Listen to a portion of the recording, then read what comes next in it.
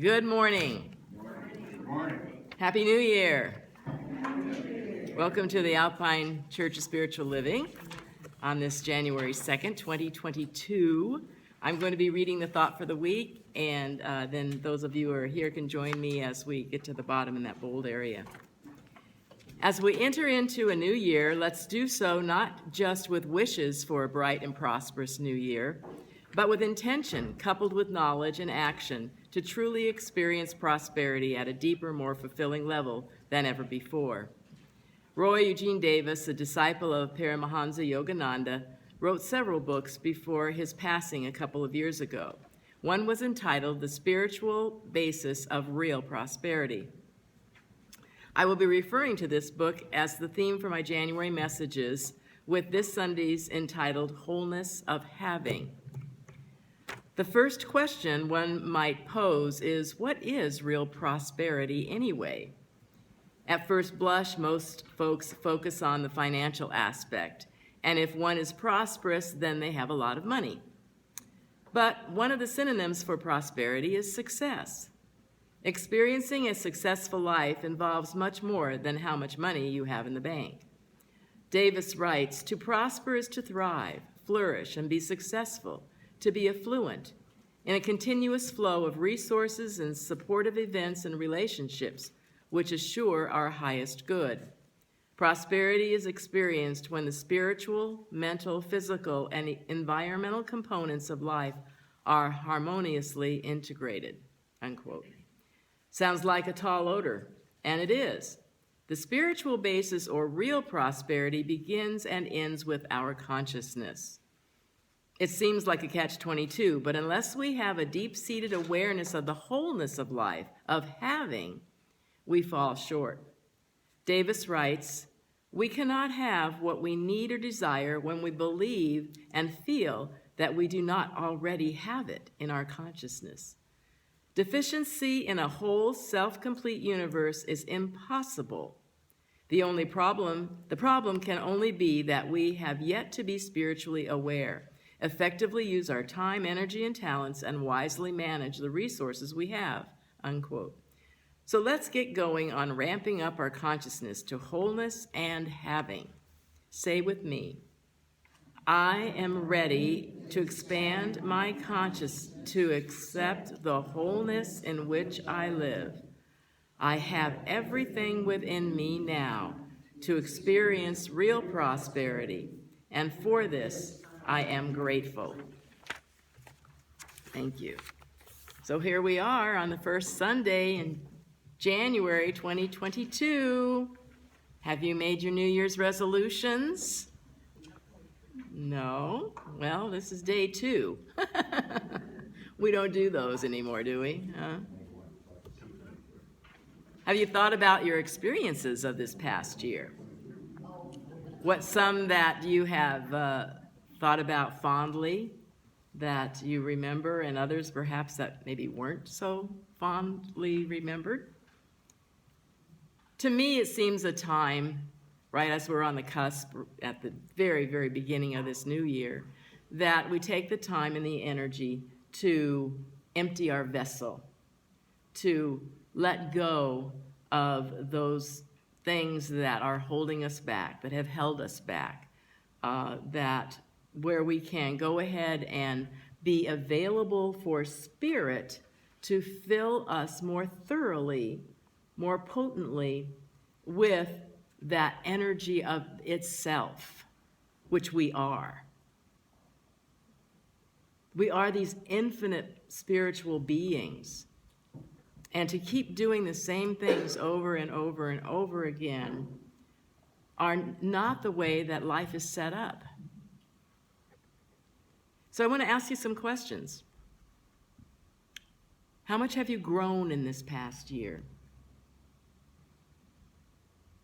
Have you done a thorough investigation of your assets?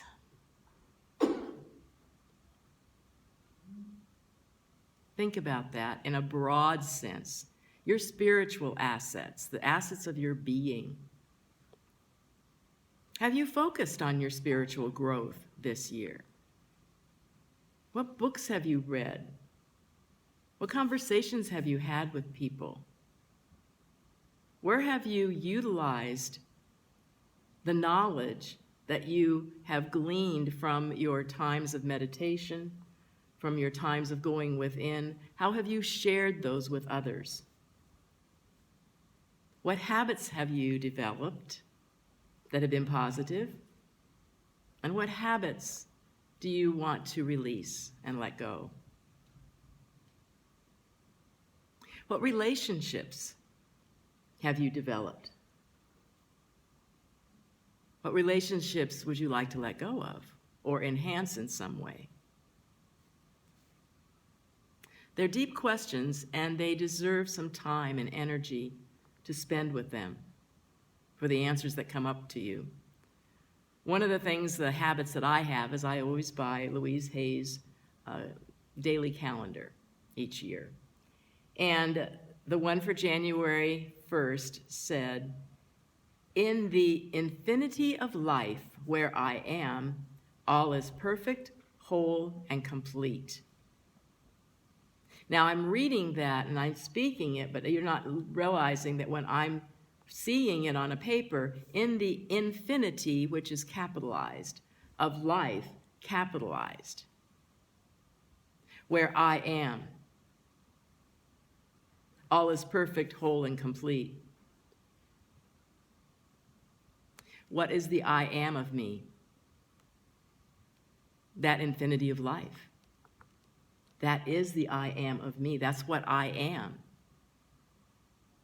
And everything that I am is whole and complete now. I have the consciousness of wholeness. We have to recognize, that we're not this physical body. We're not this mind. We're not these emotions. We're something beyond that. We are these housed in these physical beings. Yes, these bodies, of course. But we go on and on. We didn't start in this body. We're not going to end in this body. I have been reading The Last Conversations with God by Neil Donald Walsh.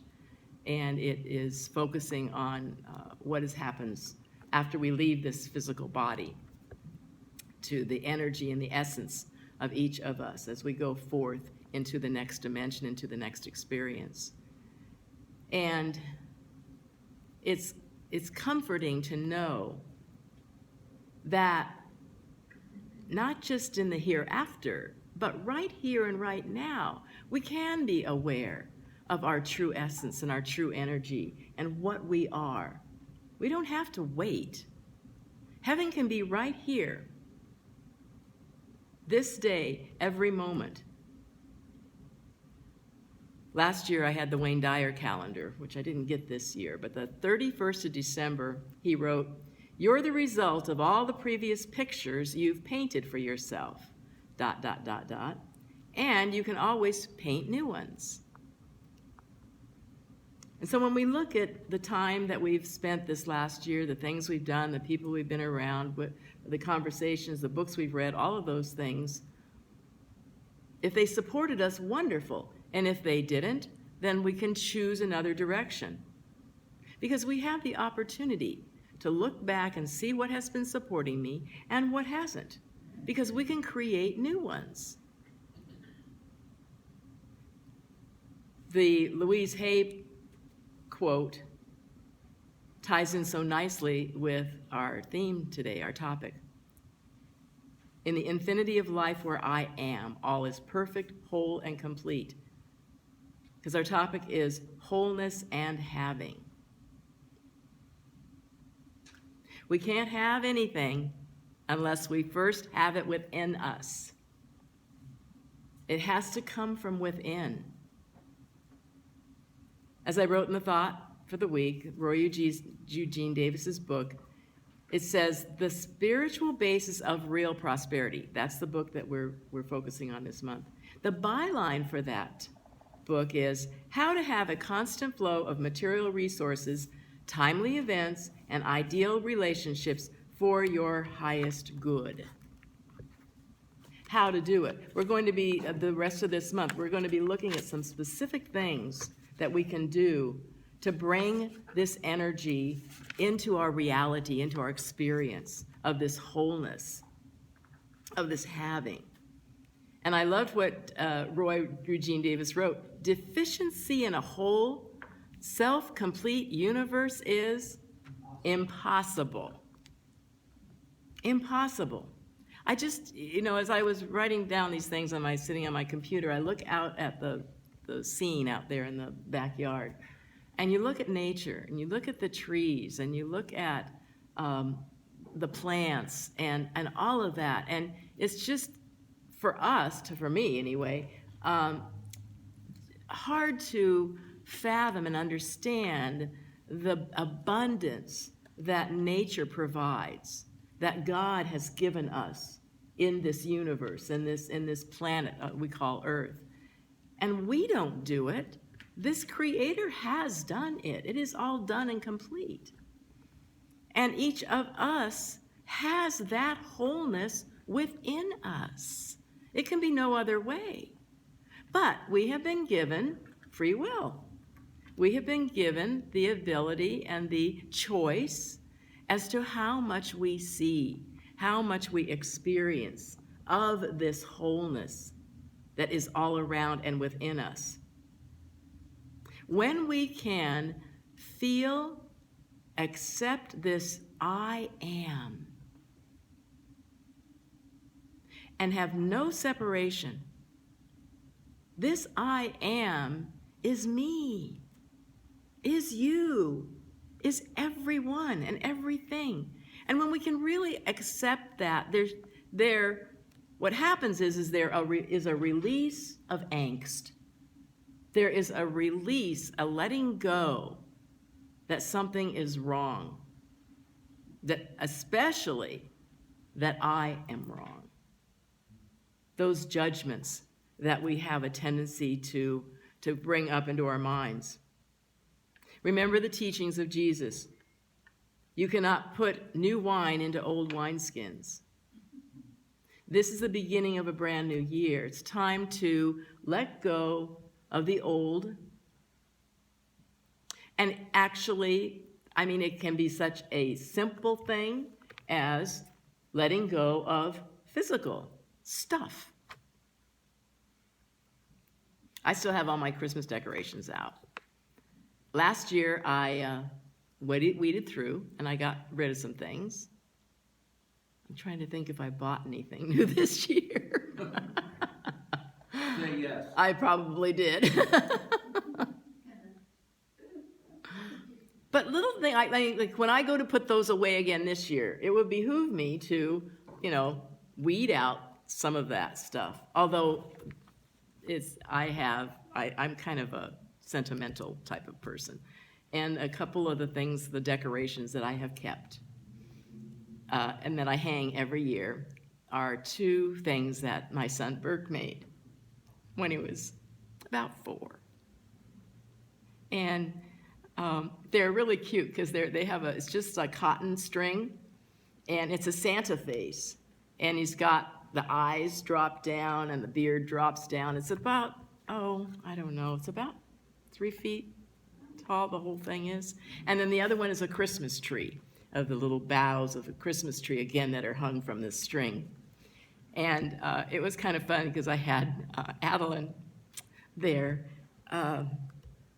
yesterday, and she pointed out these things that are hanging over the dining table. And I said, yeah, your daddy made those when he was about your age. And so those kind of things, I'm not going to get rid of. But all of us can look at things in our life, the stuff that does clutter us up. And I know that I have more stuff than I need, and I'd like to release it. I know that I have habits that I would like to release. And I don't think I'm the only person. I think that all of us have this desire to let go, be free, to be open, to be available. And so in this new year, we have high hopes. We have obviously looked back over the last couple years, starting with 2020, and we were looking forward to 2021. We're looking forward to 2022 so that we can get rid of or eliminate or, get beyond all of this change that has come about in our society. So we have hope that this 2022 is going to be a grand year. And it will be when we focus on the truth of our being. When we focus on what the reality of what we are, that I am the I am. And that we can step our personality aside and say with all confidence, not necessarily out loud, but say, it is the Father within that does the works. That I don't take credit for it. This little me doesn't take credit for it. It is the Father within. I, this past week, had both my bathroom and my kitchen sinks backed up at the same time. I had a friend come over trying to help. Initially, it was just the bathroom sink that was clogged. By the time they left, the kitchen sink was clogged too. So I decided that it was time to call a professional. And so I called the Roto-Rooter people, and they came out, and this guy had this little machine that had this long snake on it, and it had a motor of some sort, so he just stuck it down in there and got it going. I was doing something else. I forget what I was doing, but I was in there. And it took him maybe 20 minutes. Didn't take hardly any time at all. And he goes, okay, I'm all done. I said, you did? It's all clear, all of them? But, oh, yeah, it's all finished, all done. And so he was wrapping things up, and I told him, well, great, this is fine. I appreciate this so much. You did a great job. And he said something to the effect that, well, it wasn't me that did it.